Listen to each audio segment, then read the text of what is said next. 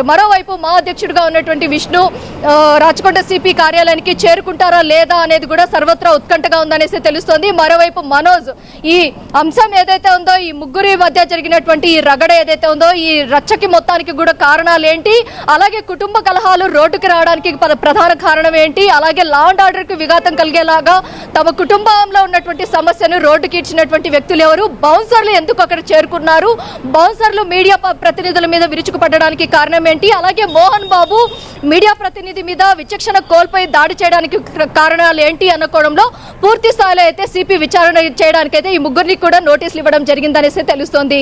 అనుష, అయితే ఉషా, మోహన్ బాబు ఒకవేళ వచ్చే పరిస్థితి లేకపోతే అతని తరపు నుంచి న్యాయవాదులు ఎవరైనా వచ్చే అవకాశం ఉందా,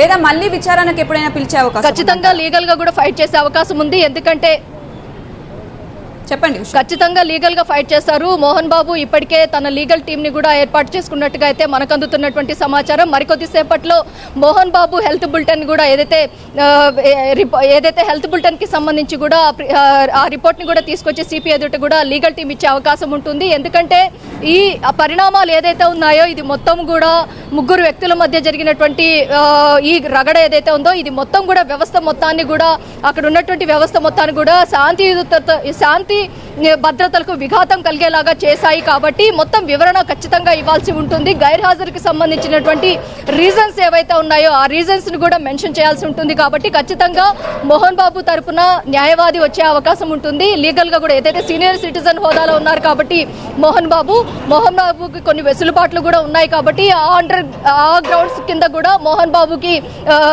బాబు ఒకవేళ గైర్హాజరు అయినప్పటికీ కూడా అతని న్యాయవాది ఇక్కడ వచ్చి కూడా వివరణ ఇవ్వాల్సి ఉంటుంది. అనుష, అయితే ఉషా, ఇప్పుడు మోహన్ బాబుకు సంబంధించినంత వరకు హెల్త్ బులెటిన్ ఏదైనా మీడియాకి రిలీజ్ చేసే అవకాశం ఉందా? మరి కాసేపట్లో 11 గంటల సమయంలో మోహన్ బాబుకు సంబంధించినటువంటి హెల్త్ బులెటిన్ అయితే రిలీజ్ చేయడానికి అయితే కాంటినెంటల్ హాస్పిటల్ వైద్యులు అయితే సిద్ధంగా ఉన్నారు. మరోవైపు చూసుకున్నట్టయితే ఈ పరిణామాలన్నిటికీ సంబంధించి 10:30 లోపు వీరిద్దరు కూడా ఏదైతే మంచు మనోజ్, విష్ణు హాజరవ్వాల్సి ఉంటుంది. మంచు మనోజ్ ఇప్పటికే జల్పల్లి ఫామ్ హౌస్ నుంచి బయలుదేరినట్టుగా మనకు అందుతున్నటువంటి సమాచారం. విష్ణు కూడా వస్తారా లేదా అనేది మాత్రం కూడా సర్వత్రా ఉత్కంఠగానే ఉంది. ఏదైతే తన తండ్రి అనారోగ్యంతో అడ్మిట్ అయ్యారు కాబట్టి తనని చూసుకునే ఈ కథనాలన్నింటినీ కూడా మెన్షన్ చేస్తూ తను కూడా లీగల్ టీంని అప్రోచ్ అయ్యే అవకాశం ఉంటుంది. మొత్తం మీద చూసుకున్నట్టయితే రాచకొండ సిపి కార్యాలయానికి అయితే మోహన్ బాబు అయితే గైర్హాజరు అవుతున్నారు. మోహన్ బాబుకు సంబంధించినటువంటి వ్యక్తిగత సిబ్బందితో పాటు అలాగే మోహన్ బాబు లీగల్ టీం కూడా ఇక్కడికి వచ్చి రాచకొండ సిపి ఎదుట వివరణ ఇవ్వాల్సి ఉంటుంది. మొత్తం ఈ పరిణామాలన్నీ చూసుకున్నట్టయితే సిపి ముగ్గురిని కూడా విచారించాల్సి ఉంది. ఏదైతే ఈ కారణాలు చూపిస్తూ వైద్యంకి సంబంధించినటువంటి కారణాలు చూపిస్తూ వీరిద్దరు కూడా వెసులుబాటు కోరే అవకాశం ఉంటుంది. తండ్రిని చూసుకుంటూ పెద్ద కుమారుడు అక్కడ ఉన్నట్టుగా కూడా తెలుస్తోంది. కాబట్టి ఈ కారణాలు, ఈ గ్రౌండ్స్ కింద లీగల్ టీం అయితే ఇక్కడ వివరణ ఇచ్చే అవకాశం ఉంటుంది సిపి ఎదుట. మరోవైపు చూసుకున్నట్టయితే మనోజ్ ఖచ్చితంగా ఇక్కడికి వచ్చి హాజరవ్వాలి.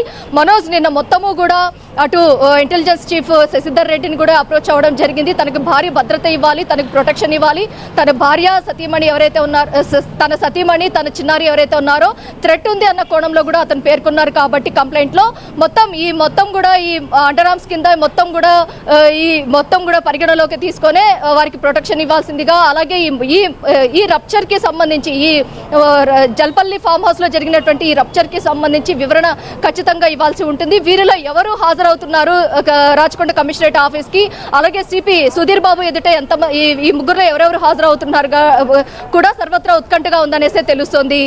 అనుష, అయితే ఉషా, మోహన్ బాబు చేసినటువంటి దాడి ఘటనపై జర్నలిస్టులు నిరసనలు చేపట్టే అవకాశం ఏమైనా ఉందా?